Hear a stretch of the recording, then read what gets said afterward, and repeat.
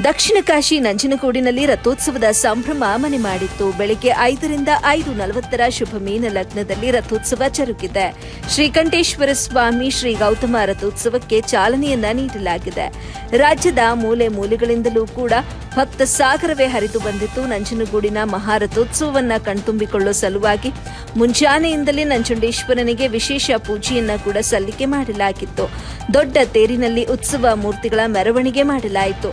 ವರ್ಷಕ್ಕೊಮ್ಮೆ ನಡೆಯುವಂತಹ ಈ ನಂಜುಂಡೇಶ್ವರನ ಮಹಾರಥೋತ್ಸವವನ್ನ ಸಹಸ್ರಾರು ಭಕ್ತರು ಕಣ್ತುಂಬಿಕೊಂಡಿದ್ದಾರೆ.